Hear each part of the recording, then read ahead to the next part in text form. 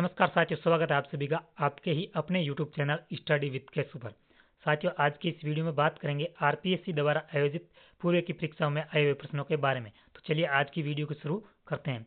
सबसे पहला क्वेश्चन है कि निम्नलिखित में से कौन सा कथन भारत छोड़ो आंदोलन के विषय में असत्य है, यानी कौन सा कथन है जो भारत छोड़ो आंदोलन के बारे में गलत है। तो आपका पहला ऑप्शन है ए, यह क्रिप्स इंडिया मिशन की असफलता के बाद आरंभ किया गया।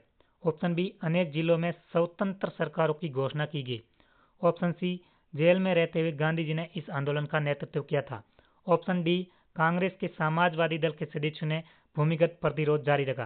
तो इस प्रश्न का सही जवाब हो जाएगा साथियों ऑप्शन सी, कि इसको जेल में रहते हुए गांधी जी ने इस आंदोलन का नेतृत्व जो है वो नहीं किया था। नेक्स्ट क्वेश्चन है हमारा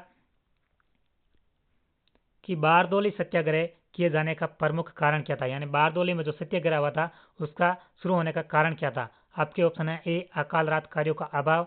ऑप्शन बी, अकाल में बावजूद लगान वसूली जारी रखना। ऑप्शन सी, कृषकों की भूमि का सरकार द्वारा अधिग्रहण करना। और ऑप्शन डी, बढ़ी हुई लगान दरों का विरोध करना। तो इस प्रश्न का सही जवाब हो जाएगा ऑप्शन डी, बढ़ी हुई लगान दरों का विरोध करना। नेक्स्ट क्वेश्चन है हमारा, असहयोग आंदोलन के विषय में निम्नलिखित में से कौन से कथन असत्य हैं, यानी असहयोग आंदोलन है उसके बारे में कौन सा कथन है वो गलत है। यह एक जन आंदोलन था। इस आंदोलन के बाद गांधी जी कांग्रेस के शीर्ष नेता बन गए। इस आंदोलन को वापस ले लिए जाने के कारण कांग्रेस का विभाजन हो गया।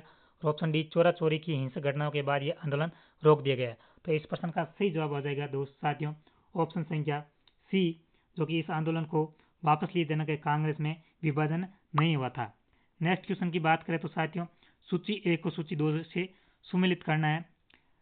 एक तरफ है कमीशन जो आयोग है और दूसरी तरफ है उसके गवर्नर जनरल कौन थे। सबसे पहला कमीशन था वो था सेडलर कमीशन। इसके जो गवर्नर जनरल थे वो लॉर्ड चैम्सफोर्ड थे। हंटर कमीशन के लॉर्ड रिपन, रेले कमीशन के लॉर्ड कर्जन और वुड्स डिस्पेच के लॉर्ड डलहौजी वो गवर्नर जनरल थे। नेक्स्ट क्वेश्चन की ओर बढ़ते हैं। इनमें से किसने एज ऑफ कंसेप्ट बिल 1891 का विरोध किया था, यानी किस क्रांतिकारी ने एज ऑफ कंसेप्ट बिल का विरोध किया था। आपके ऑप्शन है A, Mahadev Govind Ranade. Option B, R G. Bhandarkar. Option C, Bankim Chandra. और ऑप्शन डी, बाल गंगाधर तिलक। तो साथियों इस प्रश्न का सही जवाब हो जाएगा ऑप्शन डी, बाल गंगाधर तिलक। नेक्स्ट क्वेश्चन की ओर बढ़ते हैं साथियों। स्वतंत्रता संग्राम के दौरान क्रांतिकारियों द्वारा की गई हत्याओं का सही कालक्रम क्या था, यानी जो 1857 की क्रांति हुई थी उसमें क्रांतिकारियों ने जो अंग्रेज अधिकारियों की हत्या की थी उसका सही कालक्रम क्या है। आपके ऑप्शन है ए, सर कर्जन वायली की हत्या। ऑप्शन बी, जेपी सैंडर्स की हत्या। ऑप्शन सी, एएमटी जैक्सन की हत्या। और ऑप्शन डी है जो डब्ल्यू.सी. रैंड की हत्या। तो सबसे पहले किस शासक की हत्या हुई थी, तो सबसे पहले हुई थी डब्ल्यू.डी.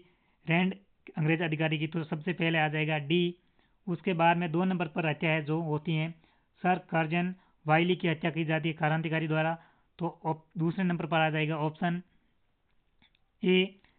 3 नंबर पर जो हत्या है वो होती है एएमटी जैक्सन की हत्या। तो 3 नंबर पर यह आ जाएगा। और अंतिम है जो जेपी सैंडर्स की हत्या होती है तो 4 नंबर पर ये हो जाएगा। तो आपका ऑप्शन हो जाएगा डी, ए, सी और बी। डी, ए, सी, बी। ऑप्शन बी है जो इसका राइट आंसर हो जाएगा। चलिए नेक्स्ट क्वेश्चन की ओर बढ़ते हैं। लेख में नास्तिक क्यों लिखा गया था, यानी जो लेख में नास्तिक क्यों यह पुस्तक किसके द्वारा लिखी गई। आपके ऑप्शन है ए, रास बिहारी बोस। ऑप्शन बी, भगत सिंह द्वारा। Option C, Subhash Chandra Bose. और ऑप्शन डी, चंद्रशेखर आजाद। तो साथियों इस प्रश्न का सही जवाब हो जाएगा ऑप्शन बी, भगत सिंह के द्वारा है जो मैं नास्तिक क्यों है ये पुस्तक लिखी गई। नेक्स्ट क्वेश्चन की बात करें तो आपको बताना है सुभाष चंद्र की बोस के बारे में निम्नलिखित में से कौन से कथन सत्य हैं, यानी कौन सा कथन है वो सत्य है। सबसे पहला कथन है सी आर दास ने उन्हें नेशनल कॉलेज का प्राचार्य नियुक्त किया। ऑप्शन बी, सुभाष ने कलकत्ता नगर निगम के मुख्य कार्यकारी अधिकारी के रूप में भी काम किया। ऑप्शन सी, कालांतर में वे कलकत्ता नगर निगम के महापौर चुने गए। और ऑप्शन डी, 1939 में उन्होंने कांग्रेस में फॉरवर्ड ब्लॉक का गठन किया था। तो साथियों ये चारों कथन है वो सत्य हैं, इसमें कोई भी कथन है वो गलत नहीं है। तो आपका आंसर हो जाएगा option A, B, C, D, यानी डी है जो राइट आंसर। नेक्स्ट क्वेश्चन की बात करें तो निम्नलिखित में से किसके सुझाव पर दयानंद सरस्वती ने सार्वजनिक भाषणों में संस्कृत भाषा के स्थान पर अपने भाषण वो हिंदी में देना प्रारंभ किया। तो आपके ऑप्शन है A, Keshav Chandra Sen. Option B, Akshay Kumar Dutta.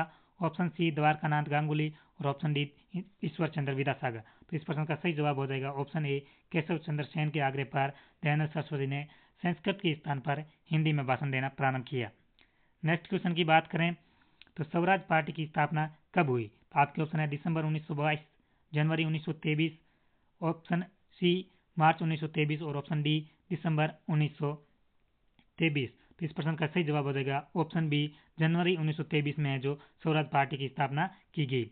अंतिम क्वेश्चन की बात करें तो 1857 के विप्लव के दौरान निम्न विद्रोह स्थलों को विद्रोह फैलने के अनुसार कालक्रमिक रूप से व्यवस्थित कीजिए, यानी सबसे पहले विद्रोह किस में हुआ उसी के अनुसार हमें इसे जमाना है।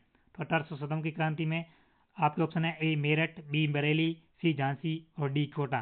तो इस प्रश्न का सही जवाब हो जाएगा सबसे पहले क्रांति है वो मेरठ में होती है, उसके बाद में बरेली में होती है, उसके बाद में झांसी में होती है और उसके बाद में कोटा में होती है। तो इसका सही आंसर हो जाएगा option A B C D. साथियों ये थी आज की PYQ सीरीज। मिलेंगे नेक्स्ट वीडियो में, तब तक के लिए धन्यवाद।